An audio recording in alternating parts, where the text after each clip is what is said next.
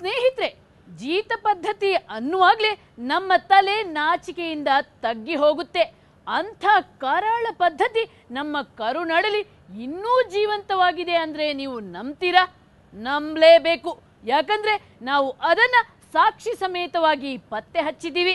ಆ ಪದ್ಧತಿಯ ಕರಾಳ ಮುಖನ ಬಯಲು ಮಾಡ್ತೀನಿ, ಬನ್ನಿ. ರಾಜ್ಯದಲ್ಲಿ ಜೀತ ಜೀವಂತವಾಗಿದೆ. ಮಗ್ಗದ ಫ್ಯಾಕ್ಟರಿ ಜೀತದ ಕೂಪ. ಇನ್ನೂ ಎಚ್ಚೆತ್ತಿಲ್ಲ ಜಿಲ್ಲಾಡಳಿತ.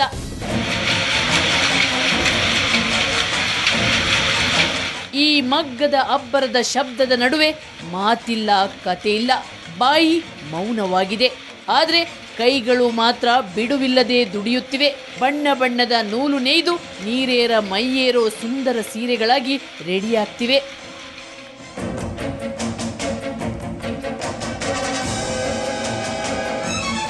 ಈ ಮಗ್ಗದ ಮಧ್ಯೆ ಇಷ್ಟೇ ಇದ್ದಿದ್ರೆ ನಮ್ಮ ಕವರ್ ಸ್ಟೋರಿ ತಂಡ ಅಲ್ಲಿಗೆ ಎಂಟ್ರಿನೇ ಕೊಡ್ತಿರ್ಲಿಲ್ಲ ಬಿಡಿ. ಆದರೆ ಅಲ್ಲೊಂದು ಹೊರ ಪ್ರಪಂಚಕ್ಕೆ ಕಾಣದಂಥ ಭಯಾನಕ ಲೋಕ ಇದೆ. ಆ ಲೋಕ ಬರೀ ಕಾರ್ಮಿಕರ ಕೂಗು, ನರಳಾಟ, ಬಿಕ್ಕಳಿಕೆಯಿಂದ ಕೂಡಿದೆ.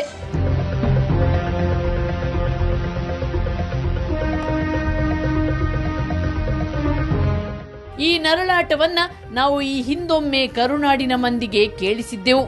ಆ ಫ್ಯಾಕ್ಟರಿಗಳಿಗೆ ದಾಳಿ ಮಾಡಿ ಒಂದಿಷ್ಟು ಜಗಳ ಮಾಡಿ ಬಡ ಕಾರ್ಮಿಕರನ್ನ ಕಟುಕ ಮಾಲೀಕರ ಜೀತದಿಂದ ಮುಕ್ತಗೊಳಿಸಿದ್ದೆವು.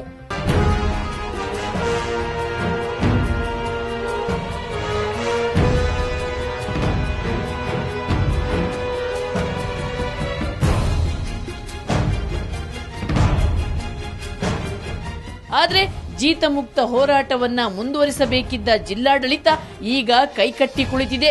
ಪರಿಣಾಮ ಈ ಅನಿಷ್ಟ ಪದ್ಧತಿ ಮತ್ತೆ ಮುಂದುವರೆದಿದೆ. ಆನೇಕಲ್ ಸೇರಿದಂತೆ ರಾಜಧಾನಿಯ ಸುತ್ತಮುತ್ತಲಿರೋ ಮಗ್ಗದ ಫ್ಯಾಕ್ಟರಿಗಳು ಜೀತದಾಳುಗಳ ನರಕ ಆಗಿ ಪರಿಣಮಿಸಿವೆ. ಆನೇಕಲ್ಲಲ್ಲಿ ನೀವು ಎಲ್ಲೇ ಹೋಗಿ ಇದೇ ತರ ಫ್ಯಾಕ್ಟರಿಗಳು ಸುಮಾರಿದಾವೆ. ಜೀತ ಮೇಡಮ್, ಇವಾಗ ಸಿಸ್ಟಮ್ ಹೆಂಗಾಗಿದೆ, ಇವರು ತೀರಿಸೋ ಟೈಮ್ ಅಷ್ಟೊತ್ತಿಗೆ ಇವಾಗ ಒಂದು 50,000 ತೀರ್ಸಿರ್ತಾರೆ ಅಂದ್ರೆ ಇನ್ನೊಂದು 50,000 ಬಂದಿರುತ್ತೆ. ಅದೊಂದು ಜೀತದಾಳುಗಳ ಕೂಪ. ಹೌದು, ಈ ಮಗ್ಗದ ಫ್ಯಾಕ್ಟರಿಗಳೆಲ್ಲ ಜೀತದಾಳುಗಳ ಕೂಪ. ಇವರೆಲ್ಲ ಸಾಲ ಎಂಬ ಕೂಪದೊಳಗೆ ಬಿದ್ದು ಹೊರಬರಲಾಗದೆ ಜೀತದಾಳುಗಳಾಗಿ ಬದುಕುತ್ತಿರೋ ಕಾರ್ಮಿಕರು. 2,000 ರೂಪಾಯಿ ದುಡಿದಿರೋ ವ್ಯಕ್ತಿಗೆ 300 ರೂಪಾಯಿ ಕೊಡ್ತಾನೆ ಅಂತಂದ್ರೆ ಆತ ಏನು ತಿನ್ಬೇಕು ಮನೆ ಹೊಟ್ಟೆಗೆ? ಎಷ್ಟೋ ಜನ ಹೇಳ್ಕೊಳ್ಳೋದಕ್ಕಾಗದಿರೋಂಥ ತಾಳಿಗಳು ಕೂಡ ಮಾರ್ಕೊಂಡು ತಿಂದಿರೋಂಥ ಮನುಷ್ಯರಿದ್ದಾರೆ ಮಗ್ಗದಲ್ಲಿ. ಹೆಂಡತಿಗಳ ತಾಳಿಗಳು ಕೂಡ ಇರೋದಿಲ್ಲ. ಆ ಥರ ಪರಿಸ್ಥಿತಿ ಸಾಗಿಸ್ತಾ ಇದ್ದಾರೆ ಜೀವನ. ಇವರು ಹೊಡೆಯೋದು ತಪ್ಪು. ಯಾಕೆಂದರೆ ನಾವು ಕಷ್ಟಕ್ಕೆ ಇಸ್ಕೊಂಡಿದ್ದೀವಿ, ತೀರಿಸ್ತೀವಿ. ಹೊಡೆಯೋ ಅಧಿಕಾರ ಯಾರು ಕೊಟ್ಟು ಅವ್ರಿಗೆ? ಅದನ್ನ ಹಾರ್ಟ್ ಅಟ್ಯಾಕ್ ಆಗಿದೆ, ಹರಣಿಯ ಬಂದು ಕರಳೆಲ್ಲ ಹೊರಗಡೆ ಬಂದಿದ್ದೆ, ಕೆಲಸ ಮಾಡೋಕ್ಕಾಗಲ್ಲ. 3 ಕಿಲೋಮೀಟರ್ ನಡ್ಕೊಂಡು ಬರ್ತಾನೆ, ಆಗೋದಿಲ್ಲ. 8 ಗಂಟೆಗೆ ಬರಲಿಲ್ಲ ಅಂದರೆ 7 ಗಂಟೆಗೆ 8-8:30 ಮನೆ ಹತ್ರ ಹೋಗಿ ಅಲ್ಲಿ ಕಲ್ಕೊಂಡು ಮಾಡಿ ಬೈತಾನೆ. ಒಂದು 30 ವರ್ಷ ಮಾಡ್ರಿ, ಒಂದು 50 ವರ್ಷ ಮಾಡ್ರಿ ಅಷ್ಟೇ. ಸಾಲನೇ. ನೀನು ಇದರಲ್ಲಿ ಫ್ಯಾಕ್ಟ್ರಿಯಲ್ಲಿ ದೊಡ್ಡ ಫ್ಯಾಕ್ಟ್ರಿಗಳಾದರೆ PF ಇವತ್ತು ಬೋನಸ್ಗಳು ಇದು ಎಲ್ಲ ಕಟ್ತಾರೆ. ಹೊಡಿತಾರೆ, ಬಡಿತಾರೆ, ದುಡಿಸ್ತಾರೆ. ಮೋಹನ್ ಅವರು ಅದ್ಯಾವ ವಿಷಗಳಿಗೆಯಲ್ಲಿ ಸಾಲ ಮಾಡಿದ್ರೋ ಗೊತ್ತಿಲ್ಲ. ಆ ಸಾಲಕ್ಕಾಗಿ ಇಡೀ ಜೀವನವನ್ನ ಗಂಧತೆಯದಂತೆ ತೇಯುತ್ತಿದ್ದಾರೆ. ಆದ್ರೂ ಸಾಲ ತೀರುತ್ತಿಲ್ಲ. 80,000 ಸಾಲ ತೀರಿಸಲಾಗದೆ ಮಗ್ಗದ ಮಾಲೀಕರ ಕೈಯಲ್ಲಿ ವಸ್ತುವಿನಂತೆ ಮಾರಾಟವಾಗ್ತಿದ್ದಾರೆ. ಸಾಲ ಅದೇ ನಾವು ಕೆಲಸ ಮಾಡೋದಕ್ಕೆ ಸಾಲ ಕೊಡ್ತಾರೆ. ಆಮೇಲೆ ಕೊಡುವಾಗ ವೈಟ್ ಬಾಂಡ್ ಪೇಪರ್ ಮೇಲೆ ವಿತ್ ಫ್ಯಾಮಿಲಿ ಹೆಂಡತಿ ಗಂಡ ಇಬ್ಬರ ಕೈಯಲ್ಲೂ ಸೈನ್ ಹಾಕ್ಸ್ಕೊಂಡು ದುಡ್ಡು ಕೊಡ್ತಾರೆ. ಅದರಲ್ಲಿ ನಾವು ಮೊದಲು ಎಲ್ಲಿ ಕೆಲಸ ಮಾಡ್ತಾ ಇರ್ತೀವಿ ಅವ್ರಿಗೆ ಕೊಟ್ಬಿಟ್ಟು ಇಲ್ಲಿ ಕೆಲಸ ಮಾಡ್ಕೊಂಡು ಹೋಗ್ಬೇಕು. ಇವ್ರ ಹತ್ರ ಬಿಡಬೇಕು ಅಂದರೆ ಇನ್ನೊಬ್ರ ಹತ್ರ ತಗೊಂಡು ಇವ್ರಿಗೆ ಕೊಡ್ಬೇಕು. ಇಲ್ದಿದ್ರೆ ಯಾವುದೇ ಕಾರಣಕ್ಕೂ ನಮ್ಮನ್ನು ಒಂದಿನ ಆಚೆ ಬಿಡೋದಿಲ್ಲ. ಮುಕ್ತಿನೇ ಇಲ್ಲ. ನಾವು ತೀರ್ಸೋ ತನಕ ಮಾಡಲೇಬೇಕು. ಬೈಯೋದಲ್ಲ ಮೇಡಮ್, ಹೊಡೆದಾಕ್ಬಿಡ್ತಾರೆ. ಎಳ್ಕೊಂಡೋಗಿ ಕೂಡ ಹೊಡೆದಾಕ್ಬಿಡ್ತಾರೆ. ಖಾಲಿ ಬಾಂಡ್ಗೆ ಸಹಿ ಹಾಕಿಸ್ತಾರೆ. ಮಗ್ಗದ ಮಾಲೀಕರ ಭಾಷೆಯಲ್ಲಿ ಅಡ್ವಾನ್ಸ್. ಆದ್ರೆ ಕಾರ್ಮಿಕರಿಗೆ ಇದು ಜೀತದುರುಳಿಗೆ ಸಿಲುಕಿಸೋ ಸಾಲ. ಯಾವನೇ ಕಾರ್ಮಿಕ ಸಾಲ ಪಡೆದು ಇಲ್ಲಿ ದುಡಿಬೇಕಾದ್ರೆ ಮೊದಲು ಖಾಲಿ ಬಾಂಡ್ ಪೇಪರ್ಗೆ ಕುಟುಂಬದವರೆಲ್ಲ ಸಹಿ ಹಾಕಬೇಕು. ಸಹಿ ಹಾಕಿದ್ರೆ ಮುಗೀತು.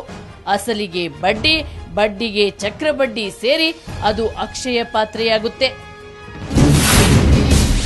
ಕಾರ್ಮಿಕ ಸಚಿವರು ಏನ್ ಮಾಡ್ತಿದ್ದಾರೆ?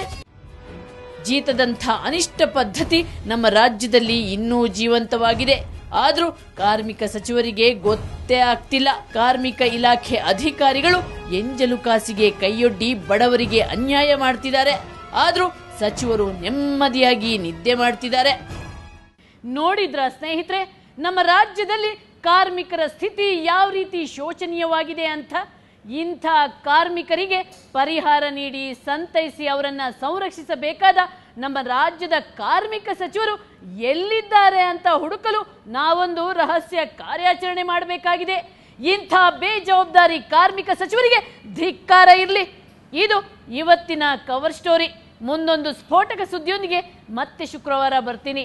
ಅಲ್ಲಿವರೆಗೆ ನಿಮ್ಮ ಸುತ್ತಮುತ್ತಲು ಏನಾದರೂ ಅಕ್ರಮ, ಅನಾಚಾರ, ಭ್ರಷ್ಟಾಚಾರ ನಡೀತಿದ್ರೆ ನಮ್ಮ ಈ ವಿಳಾಸಕ್ಕೆ ಬರೆಯಿರಿ.